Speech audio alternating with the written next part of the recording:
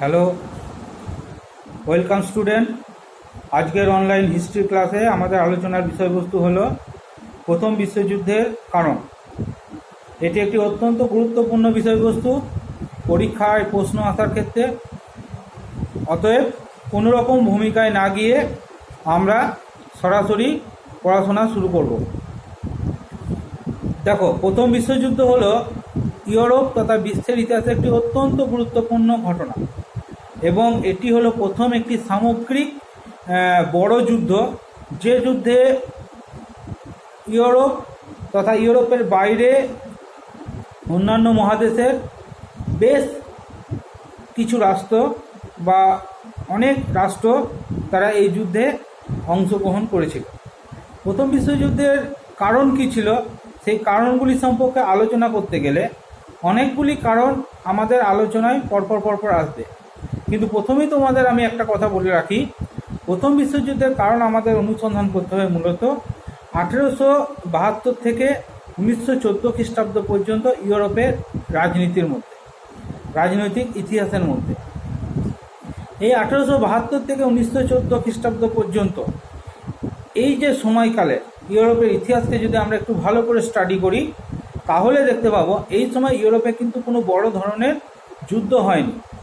কিন্তু তা সত্ত্বেও এই সময় ইউরোপের প্রত্যেকটি দেশ তারা ভবিষ্যতে কোনো একটি বড় যুদ্ধের সম্মুখীন হতে হবে বা ভবিষ্যতে একটি বড় যুদ্ধ হতে পারে, এরকম ধরে নিয়ে প্রত্যেকটি দেশ তারা যুদ্ধের প্রস্তুতি নিতে শুরু করেছিল, তাদের সমরস্ত্র বৃদ্ধি করেছিল এবং পারস্পরিক প্রতিদ্বন্দ্বিতায় লিপ্ত হয়েছিল।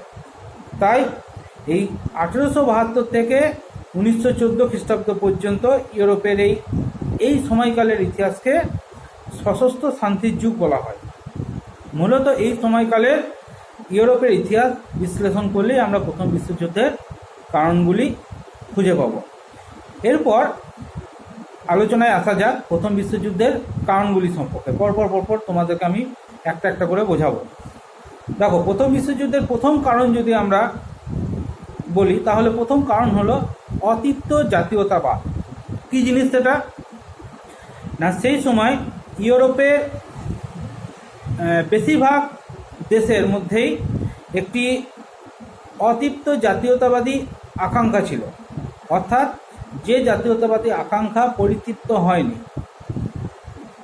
সেই সময় ইউরোপের বেশ কিছু দেশ তারা প্রচলিত ব্যবস্থার প্রতি ক্ষুব্ধ ছিল। যেমন আমি যদি নাম করি, তাহলে বলকান অঞ্চলের বেশ কিছু দেশ, যেমন এখানে আমরা বলকান অঞ্চলের বেশ কিছু দেশের নাম উল্লেখ করতে পারি: রোমানিয়া, গ্রিস, সার্বিয়া। এছাড়া বলকান অঞ্চলের বাইরেও ফ্রান্স, অস্ট্রিয়া ইত্যাদি বিভিন্ন দেশ, তাদের মধ্যে একটি অতিরিক্ত জাতীয়তাবাদী আকাঙ্ক্ষা ছিল। যেমন এখানে বলা যেতে পারে যে সেই সময় বসনিয়া এবং হার্জেগোভিনা এই দুটি বলকান দেশকে অস্ট্রিয়া জোর করে তাদের নিজেদের সাম্রাজ্যভুক্ত করে নিয়েছিল।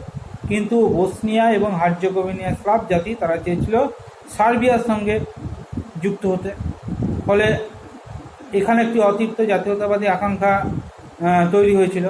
আবার আমরা যদি দেখি সেডানের যুদ্ধ, সেই সেডানের যুদ্ধে ফ্রান্স পরাজিত হয়েছিল জার্মানির কাছে, এবং পরাজিত হওয়ার পর ফ্রান্সের আলসাস এবং লোরেন এই দুটি প্রদেশ জার্মানি অধিগ্রহণ করে নিয়েছিল বা দখল করে নিয়েছিল। ফ্রান্সের একটি অতিরিক্ত জাতীয়তাবাদী আকাঙ্ক্ষা ছিল যে ওই আলসাস এবং লোরেন প্রদেশটিকে পুনর্দখল করে ফ্রান্সের সঙ্গে যুক্ত করা। এই অতিরিক্ত জাতীয়তাবাদী আকাঙ্ক্ষা প্রথম বিশ্বযুদ্ধের কারণ হয়ে দাঁড়িয়েছিল। প্রথম বিশ্বযুদ্ধের দ্বিতীয় কারণ বললে উল্লেখ করতে হয় উপনিবেশিক প্রতিদ্বন্দ্বিতা। এই সময় ইউরোপে শিল্প বিপ্লব ঘটেছিল। তো শিল্প বিপ্লবের ফলে শিল্পদ্রব্যের উৎপাদন বৃদ্ধি পেয়েছিল এবং সেই শিল্পদ্রব্যের উৎপাদন বৃদ্ধি পাওয়ার ফলে নতুন নতুন বাজার দখল করা, এই বাজার দখল করার তাগিদে একটি উপনিবেশিক বিস্তারে প্রতিদ্বন্দ্বিতা ইউরোপের দেশগুলির মধ্যে শুরু হয়। এক্ষেত্রে উল্লেখযোগ্য যে এই ঔপনিবেশিক প্রতিদ্বন্দ্বিতার ক্ষেত্রে ইংল্যান্ড এবং ফ্রান্স এগিয়ে ছিল।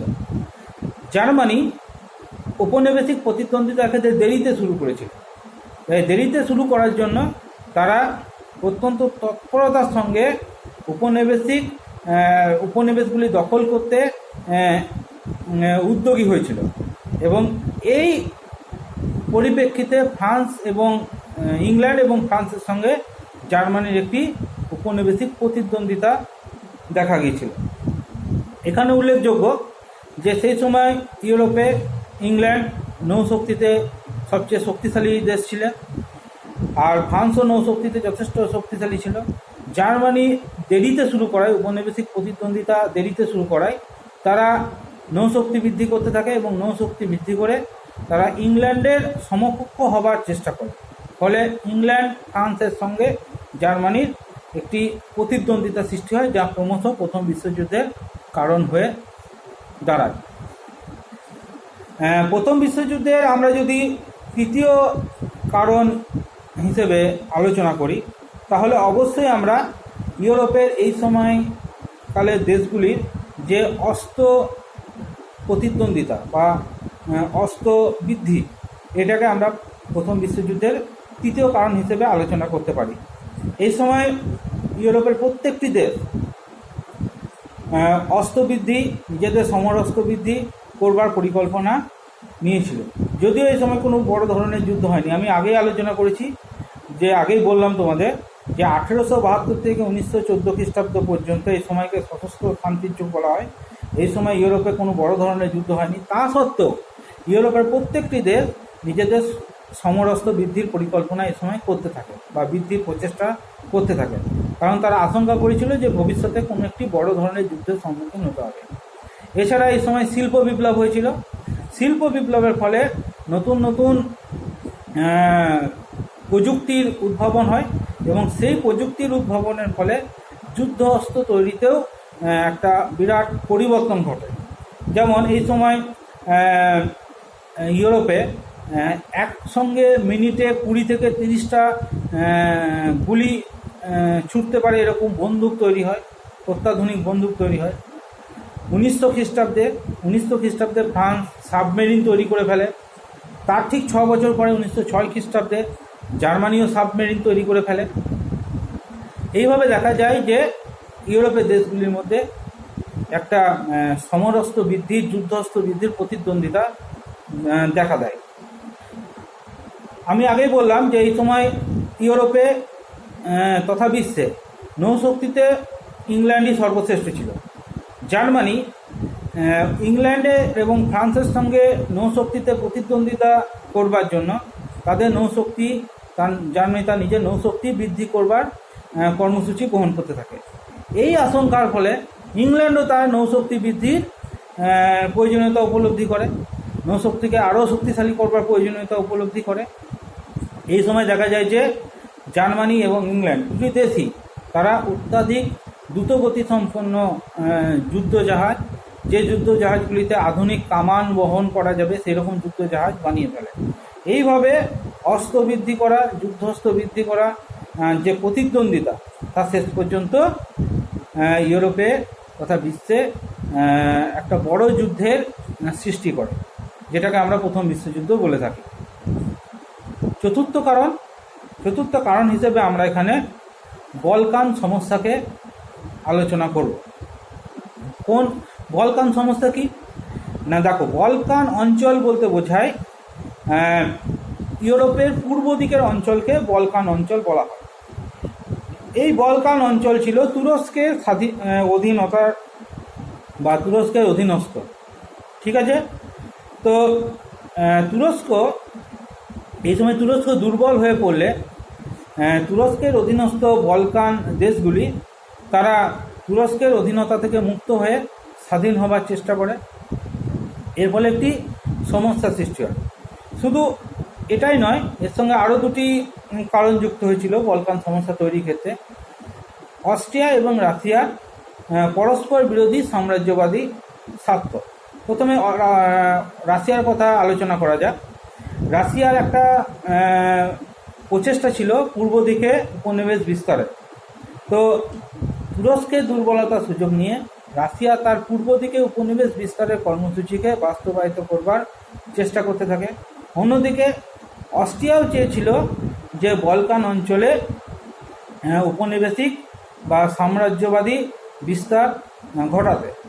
ফলে দেখা যায় যে অস্ট্রিয়া এই সময় বার্লিন চুক্তি অগ্রাহ্য করে তারা বসনিয়া এবং হার্জেগোভিনিয়াকে নিজেদের সঙ্গে যুক্ত করে নেয়। ফলে বসনিয়া এবং হার্জেগোভিনিয়ায় স্লাভ জাতি তারা সার্বিয়ার নেতৃত্বে সর্বস্লাভ আন্দোলন গড়ে তোলে এবং সেই সর্বস্লাভ আন্দোলনকে রাশিয়া সমর্থন করে। ফলে অস্ট্রিয়া এবং রাশিয়ার মধ্যে একটা পারস্পরিক দূরত্ব বা প্রতিদ্বন্দ্বিতা সৃষ্টি হয়। ঠিক এই রকম পরিস্থিতিতে দার্দানেলিস প্রণালীতে রাশিয়া যুদ্ধ জাহাজ পাঠিয়ে দেয়। ফলে অস্ট্রিয়া এবং রাশিয়ার সম্পর্কের চরম অবনতি ঘটে। অন্যদিকে ইংল্যান্ড এবং ফ্রান্স এই দুটি দেশেরও ভূমিকা ছিল বলকান সমস্যার ক্ষেত্রে।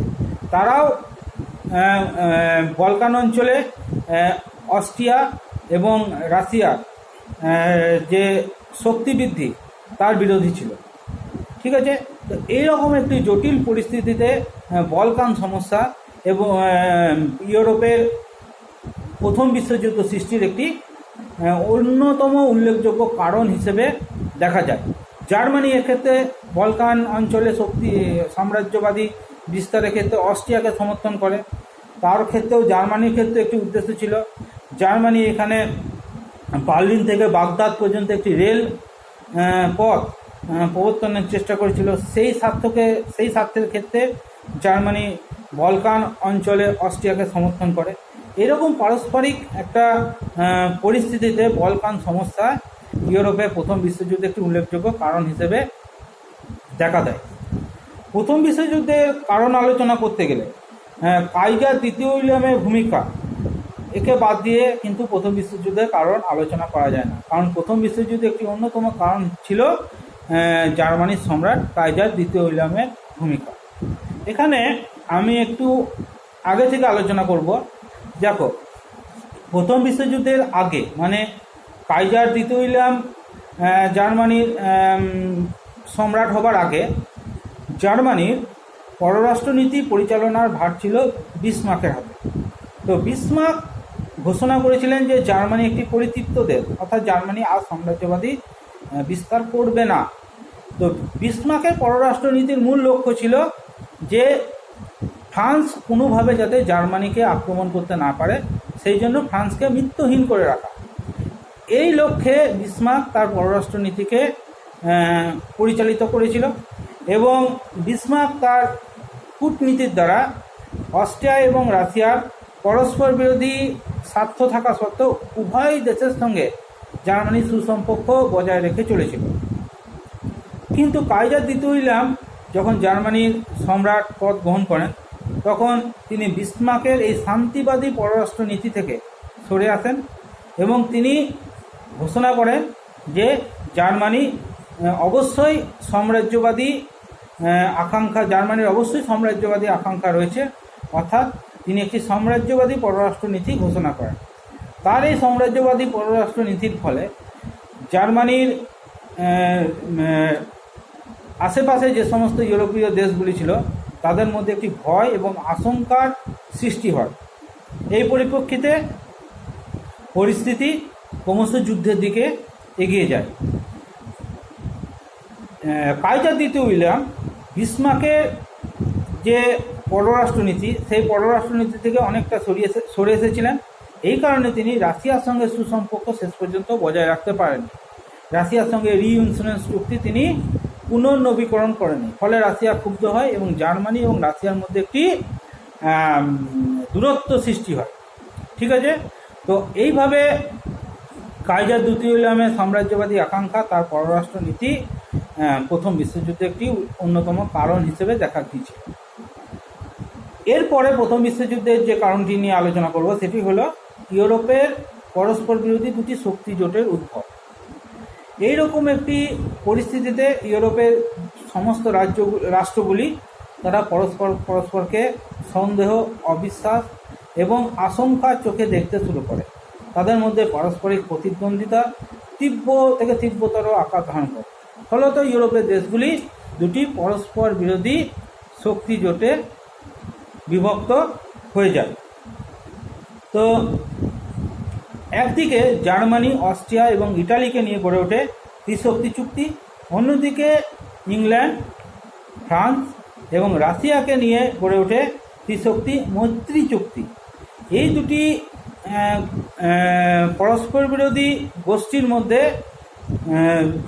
প্রতিদ্বন্দ্বিতা ক্রমশ তীব্র থেকে তীব্রতর আকার ধারণ করে এবং এই দুটি গোষ্ঠী দেশগুলির প্রতিদ্বন্দ্বিতা শেষ পর্যন্ত ইউরোপ তথা বিশ্বকে প্রথম বিশ্বযুদ্ধের দিকে ঠেলে দেয়। তো এই তো গেল প্রথম বিশ্বযুদ্ধের কারণগুলি সম্পর্কে। কিন্তু প্রথম বিশ্বযুদ্ধের একটি তাৎক্ষণিক কারণ ছিল, সেই তাৎক্ষণিক কারণটি নিয়ে আলোচনা করা দরকার। যেটি হলো সেরাজিভো হত্যাকাণ্ড। কী ছিল সেটা না, আগেই আমরা আলোচনা করলাম যে আগেই তোমাদের আমি বললাম যে এই সময় বসনিয়া এবং হার্জেগোভিনা এই দুটি দেশকে অস্ট্রিয়া বার্লিন চুক্তি ভঙ্গ করে জোর করে নিজেদের সাম্রাজ্যভুক্ত করে নেয়। ফলে বসনিয়া এবং হার্জেগোভিনার স্লাভ জাতি গোষ্ঠীর মধ্যে একটি তীব্র অসন্তোষ সৃষ্টি হয় এবং সেখানে একটি সর্বস্লাভ আন্দোলন গড়ে ওঠে সার্বিয়ার নেতৃত্বে। এইরকম একটি পরিস্থিতিতে অস্ট্রিয়ার যুবরাজ ফার্দিনান্দ এবং তার স্ত্রী সোফিয়া তারা বসনিয়ার রাজধানী সেরাজিভো ভ্রমণে গেলে সেই বসনিয়ার একটি গোপন সন্ত্রাসবাদী গোষ্ঠী ব্ল্যাক হান্ট নামে একটি গোপন সন্ত্রাসবাদী গোষ্ঠীর এক সদস্যের হাতে যুবরাজ এবং যুবরানী নিহত হন। অস্ট্রিয়া এই ঘটনার জন্য সার্বিয়াকে দায়ী করে সার্বিয়াকে কিছু চরমপত্র পাঠায়। অস্ট্রিয়ার চরমপত্রে সার্বিয়াকে যে শর্তগুলি দিয়েছিল সেই শর্তগুলির সবগুলি কিন্তু সার্বিয়ার পক্ষে মেনে নেওয়া সম্ভব ছিল না। তাতে সার্বিয়ার যে সার্বভৌমত্ব সেই সার্বভৌমত্ব ক্ষুণ্ণ হতে পারত। তাই অস্ট্রিয়ার পাঠানো চরমপত্রের বেশ কিছু শর্ত মেনে নিয়ে বাকি শর্তগুলি সার্বিয়া আলোচনার জন্য প্রস্তাব দেয়। সার্বিয়ার এই জবাব অস্ট্রিয়া মনঃপূত হয়নি। তাই অস্ট্রিয়া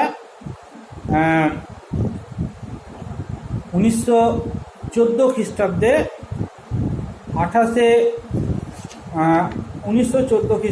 28 জুলাই অস্ট্রিয়া সার্বিয়া আক্রমণ করে। সঙ্গে সঙ্গে প্রথম বিশ্বযুদ্ধ শুরু হয়ে যায়। এরপরে 31 জুলাই জার্মানি অস্ট্রিয়ার পক্ষ নিয়ে সার্বিয়া আক্রমণ করে এবং তারপরে রাশিয়া সার্বিয়ার পক্ষ নিয়ে অস্ট্রিয়া এবং জার্মানির বিরুদ্ধে যুদ্ধ ঘোষণা করে এবং শেষ পর্যন্ত আগস্ট মাসের 3 এবং 4 তারিখে ফ্রান্স এবং ইংল্যান্ড তারাও রাশিয়া এবং সার্বিয়ার পক্ষ নিয়ে অস্ট্রিয়া এবং জার্মানির বিরুদ্ধে যুদ্ধ ঘোষণা করে। এইভাবে প্রথম বিশ্বযুদ্ধ শুরু হয়েছে। তাহলে এগুলি হলো মোটামুটিভাবে প্রথম বিশ্বযুদ্ধের কারণ। তো তোমরা ভালোভাবে শুনবে ভিডিওটি এবং এরপরে আবার কোনো নতুন বিষয়বস্তু নিয়ে আমরা নতুন ক্লাসে আবার মিলিত হব। তোমরা সকলে ভালো থেকো। আজকে এই পর্যন্ত।